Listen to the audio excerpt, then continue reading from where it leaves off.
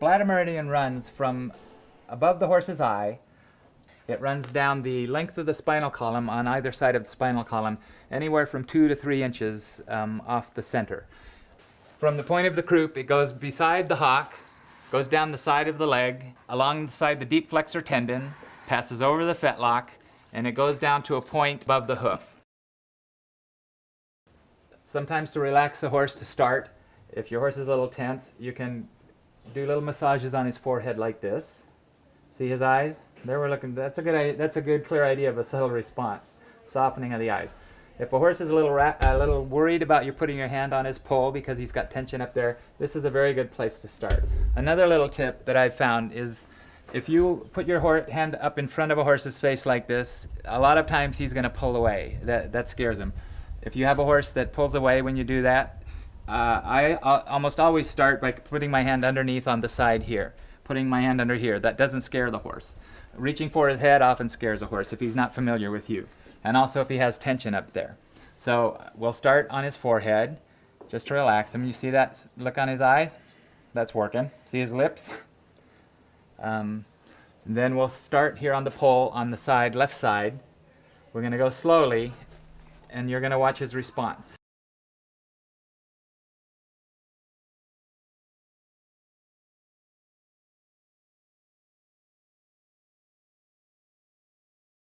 He is, like most horses, has a lot of tension in his neck.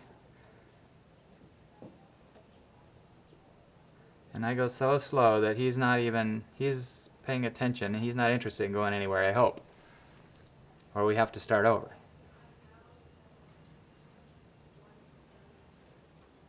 See that spot there? You've probably experienced that before when somebody's run their hand over an area that has a little tension in it on you. I don't know if you can hear him breathing, but here in his shoulder, as is in a lot of horses right at this point, they store a lot of tension here in the rhomboids and the cervical part of the trapezius muscles. If a horse has a lot of tension in an area, he'll start to fidget. And usually when a horse fidgets, I just hold my hand gently on that area till they show the release. Often before the tension starts to release in the horse, that's a sign it's moving around. It's moving around in there, and he'll start to fidget because it's a little uncomfortable. If you gently stay with him and keep him so he's not overexposed, so he stays relaxed, you'll get a release. There we go. See the release? That was the search, response, stay, release. That's the release. Now I'll move on. Then you saw him start to fidget before we got that release too. Starts moving around in there and they get a little uncomfortable. But they feel good when it's gone. Here we go, another one. Yawning is a good one. Shifting of the legs. I don't remember if I covered that in the responses. Shifting of the legs, trying to get comfortable. Head up. And this is fidgeting. There's something in there. He doesn't want it. It's uncomfortable to let it go. Keep your head up, big guy. That's a sign there's something loosening up in there. Stand. Oh. He's fidgeting. He's shifting. I'll keep my hands on here. He just gave a sigh, and I'll stay here gently. If he stops, sometimes I'll gently massage it a little more, but there's a release of the breath. I'll keep moving now. There we go. His withers. He's done a lot of work in his life. He's got a lot of tension in his withers here. Head up. And every horse is different. Some horse might be comfortable with you doing this without fidgeting, but the point is, we have an interaction going here as he looks away. He'll be back. We're in an area here. He's breathing hard. We're in an area where there's tension. So on the one hand, it's uncomfortable, but on the other hand, he's sticking with me because it feels good when it comes out. There's some more yawning. This is all release of tension. And this is just a start, you know. You'll see when we get going how we really apply this to getting the major areas loose. So we'll continue. There's a release. I won't dwell as long on these areas of tension because it's making him fidget a little, and I'd like him to stand for this part of the demonstration. Stand.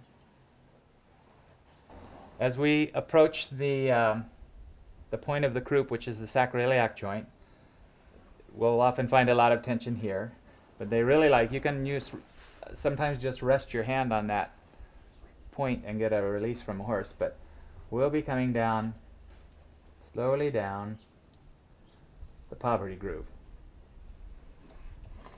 He's turned the other way. I don't know if you can hear that release, he just, that sigh. He has a lot of tension in these muscles. I can tell he's sighing and releasing his breath. We continue down the poverty groove. Then we come just to the side, whoop, whoop, of this tendon.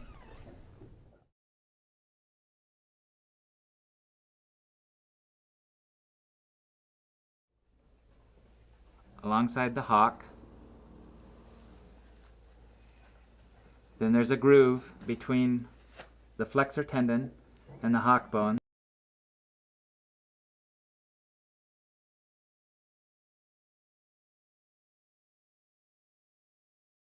The most posterior groove,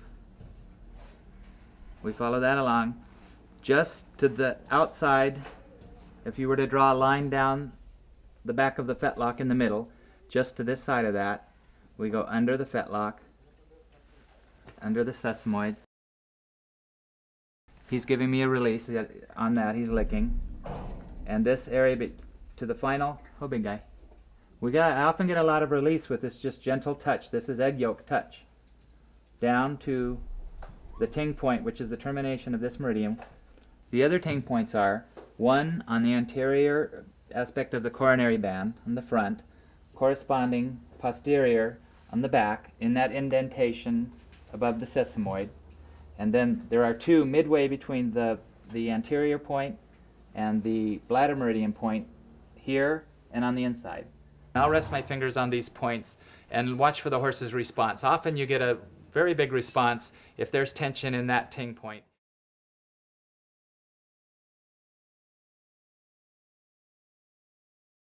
I almost always start on the left side because 9 out of 10 horses will be tight on the right side of the pole.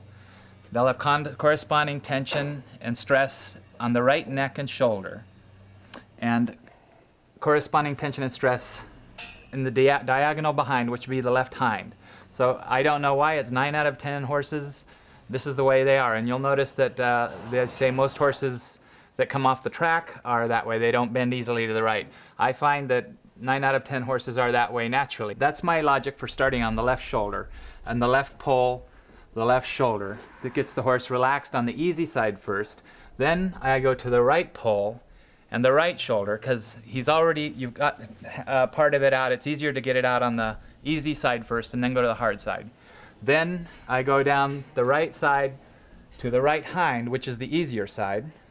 And then after the right hind, I'll do the left hind, which is the harder side in most cases, because it's the diagonal, corresponding diagonal to the right front, left hind.